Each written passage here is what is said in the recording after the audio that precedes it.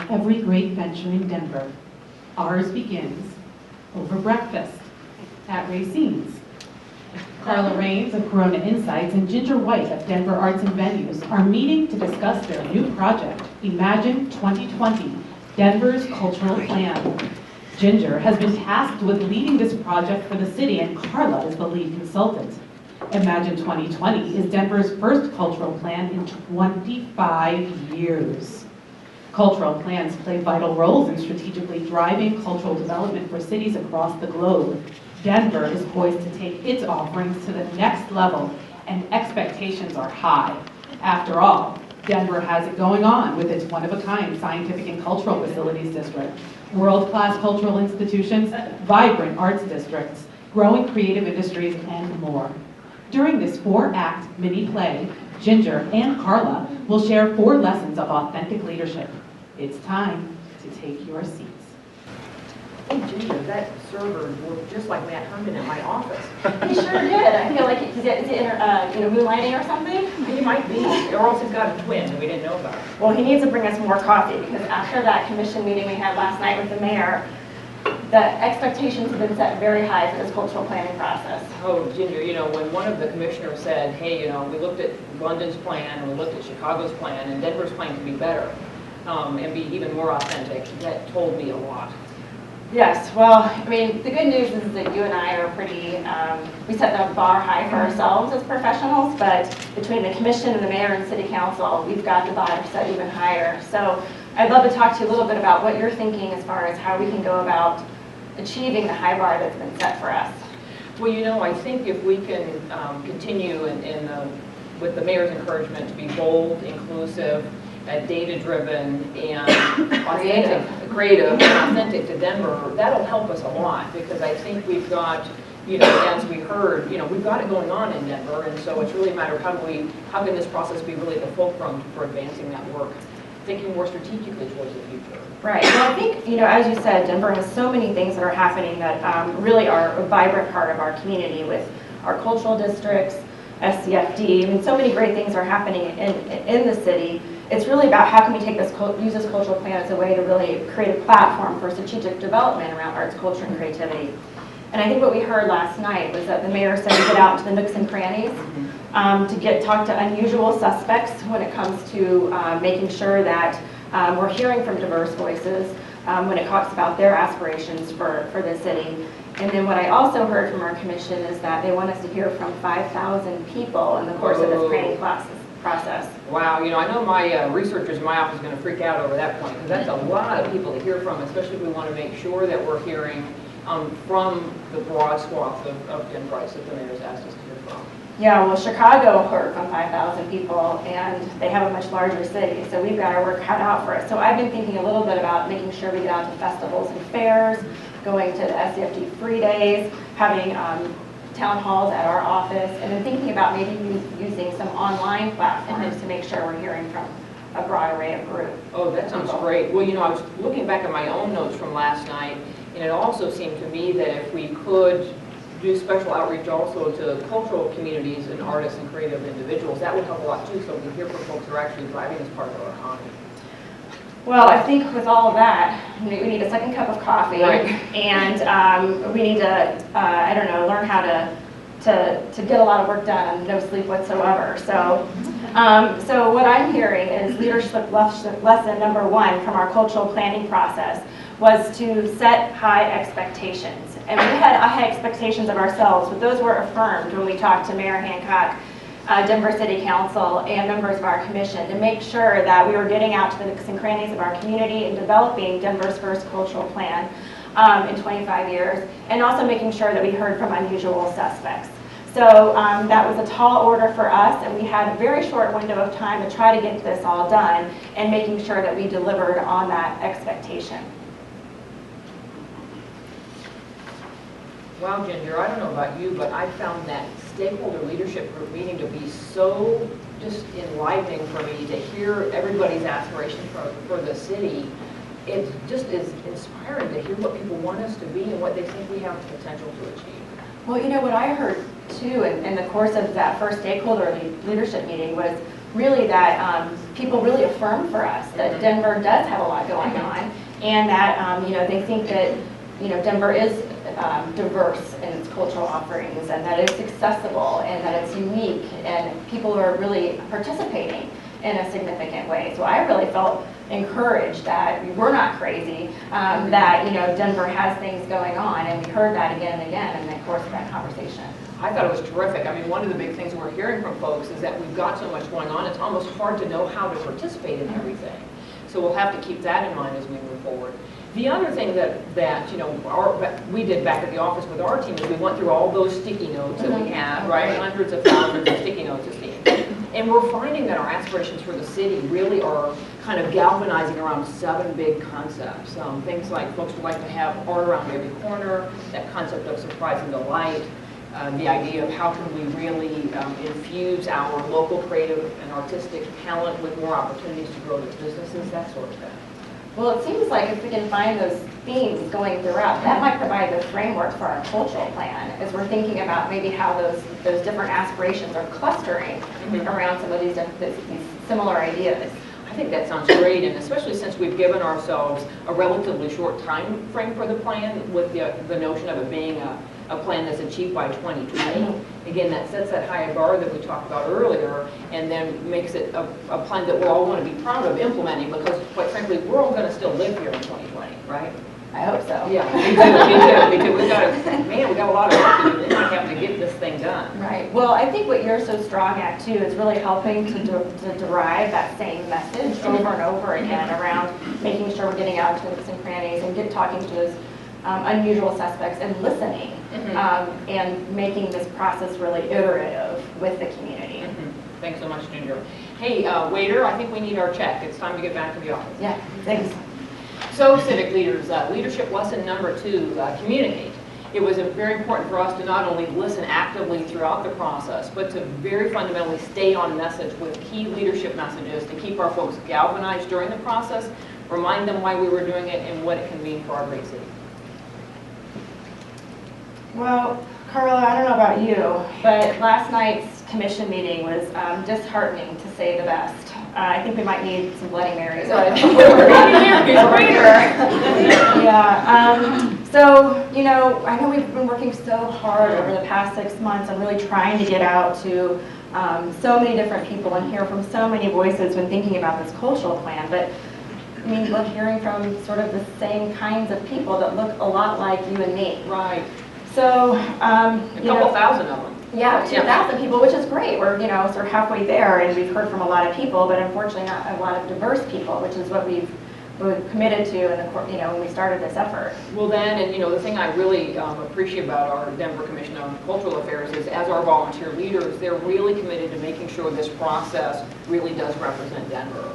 And so when they called us to task on that, in essence, it gave us, I think, the bold challenge to say, what could we do to make sure we're hearing from the diverse folks would like to hear from. And I think, we need to go with the idea that started surfacing last night at the meeting of, we need to do some true research. The public input has been great, but it's based on what people want to tell us. And we really need to go out and hear from folks that may not just participate with us on their own. What do you think about that? Yeah, I think you're right. When we started developing the concentric circles about how to get to different populations, the general public one was the hardest one, and we knew that. Right. And I think we're there. And so how do we get out to the general public, people who may not already be, talking to us about arts, culture, and creativity? So the good news, if there is a silver lining to this conversation, is that I last night poured over the budget, and I think I can find some extra money if you feel like maybe doing a statistically valid phone survey is the way to go. Well, I talked to my colleagues back at Corona last night also about this matter, and again, they really want the planning process to be authentic to Denver, and so we put our heads together and have come up with a game plan that I think you and Kent and Tariana and everybody in the office is going to like, where we can do the valid telephone survey and oversampling our neighbors from our African American and Latino households, because those are the groups we knew we weren't hearing enough from, and younger adults too. Right. And so I think we can do that for you guys in a pretty quick fashion. We will need to extend the timeline, but we don't want to put it off too long, because we promised that we'd have this done at the end of the year. We might have to go to first quarter. Yeah, I thought about that too, and I think let's go ahead and do the survey. Yeah. And see where we end up with that. And hopefully, fingers crossed, we'll have some great data from that. Oh, great. Oh, wow, I'm glad I brought my iPad. The survey results are already in. Kate is really fast. Your team is dynamite. Yeah, Kate's really fast. Well, the good news, this won't surprise you, is the survey findings are really confirming what we heard from all that great public input. And not only do we know that our Denver residents participate in the arts at a much greater level than the national average, they want to participate even more, which is really exciting, I think, for us and affirms what we've been hearing. Their biggest barriers are really time and access. And so I do think if we could find ways to really serve folks where they live, that idea of surprise and delight around every corner might be something for us to really kind of grab a hold of as we move this forward. Well, that's exciting because one of the things that the survey said was we asked the question, is Denver an arts town, a sports town, a cow town, or a ski town? And I'm glad to know that people think that we aren't Denver, which is one of the things that we talked about at the very beginning. Well, this gets us to leadership lesson number 3. When the going gets tough, the tough lean in. And certainly in this planning process, as in most of planning processes, you have to retool, reevaluate, and come up with a new plan. And for those of us who like to sort of plow ahead and move forward and check the boxes to get things done, sometimes it's hard to take that step back and make that reevaluate. But you trust your partner. In this case, we had a great team with Corona Insight, and you work towards a common goal to get this thing done and done in a fashion that you can be proud of at the end. And I'm fortunate and glad to say we got to that bumpy part in the road, but we overcame it by leaning in. I joke with Ginger, every process has a low point when everybody thinks they want to quit, and you have to find a way to push through that with a common commitment to seeing results. Yeah. Very good.